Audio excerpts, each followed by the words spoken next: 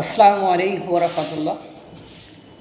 বাংলাদেশের সংবিধান নিয়ে কথা উঠলেই সবার আগে যে ব্যক্তির নাম ওঠে সেই মহান ব্যক্তি, সেই জ্ঞানী ব্যক্তি এখনও জীবিত আছেন, ডক্টর কামাল হোসেন স্যার।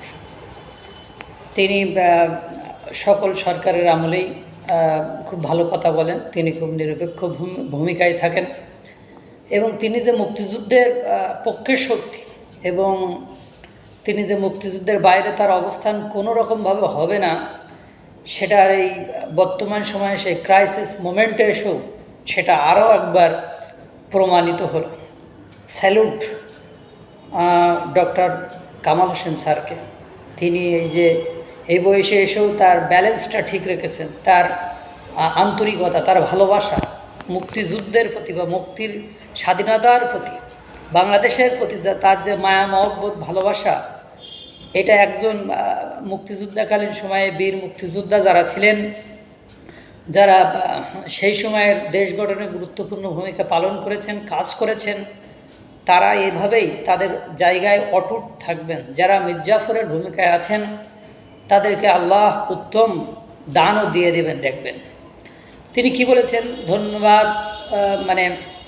আমি একটা লেখা পেয়েছি, সেই লেখাটাতে এরকম যে ডক্টর কামাল হোসেন স্যার নাকি এরকম বলেছেন যে জিয়া আমাকে স্যালুট করতো, অর্থাৎ আপনার শহীদ রাষ্ট্রপতি জিয়াউর রহমান, তিনি একজন মহান ব্যক্তি, মুক্তিযুদ্ধের সপক্ষের শক্তির তিনি একজন গুরুত্বপূর্ণ ব্যক্তি এবং শহীদ রাষ্ট্রপতি জিয়াউর রহমানকে সকলকে সম্মান জানাতে হবে, কারণ তিনি একজন অসাধারণ ব্যক্তিত্ব ছিলেন। কারণ ৭৫-এ বঙ্গবন্ধু শেখ মুজিবুর রহমানকে হত্যার পরে সকলে যখন অসম্মান করলো, তিনি ক্ষমতায় এসে সেই বঙ্গবন্ধু শেখ মুজিবুর রহমানকে সম্মান দিয়ে আবার মাথার উপরে তুললেন।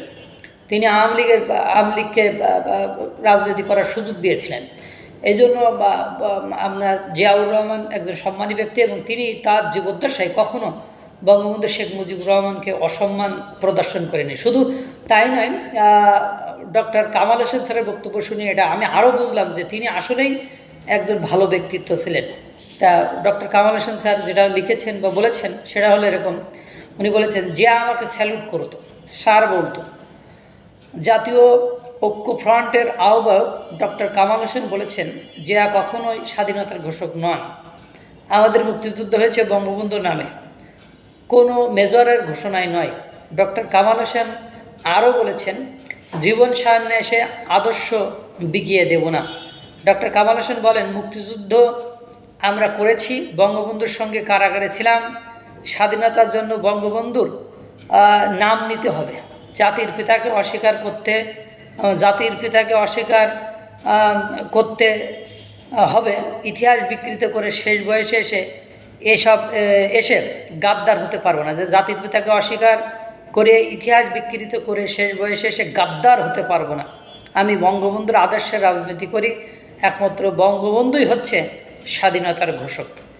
এবং যাই সেক্ষেত্রে বঙ্গবন্ধুর পক্ষ থেকে শহীদ রাষ্ট্রপতি জিয়াউর রহমান দিয়েছিলেন এবং শহীদ রাষ্ট্রপতি জিয়াউর রহমান তার জীবদ্দশায় কখনো বঙ্গবন্ধু শেখ মুজিবুর রহমানকে অসম্মান অমর্যাদা করেননি।